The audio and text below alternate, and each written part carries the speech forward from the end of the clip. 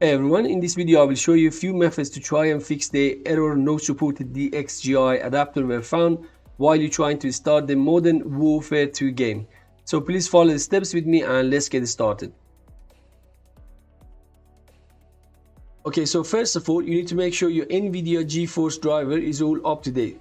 So to do that, just go to this website, the link will be in the video description. And over here, input all your system information. Once you're done, then click on Quick Search. Then at the bottom, you will see all the latest versions in here. So you can just download the latest one, which is 5.26.86. And then after that, you can try to see if your game is launching properly.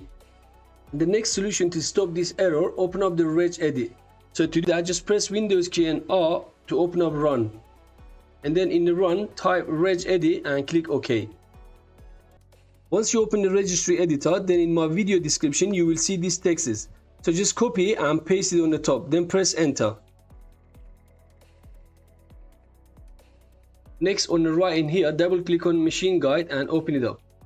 We need to change the value data, so just copy this one from the description and paste it in here.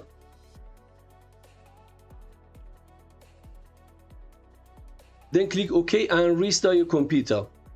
After you restarted your computer, if you're still having a problem, then next to play, click on this option and select check for updates. If this doesn't fix the problem, then click on scan and repairs and click on begin scan. This will repair any missing or crop files.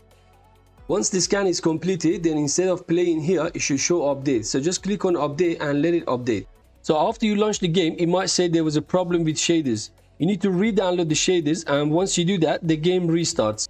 Then as you know, it will run through the installation, and after reinstalling the game, it should be working fine. And that's all. By the way, if you haven't subscribed to my channel yet, please consider supporting me and subscribing for more videos. Thanks for watching.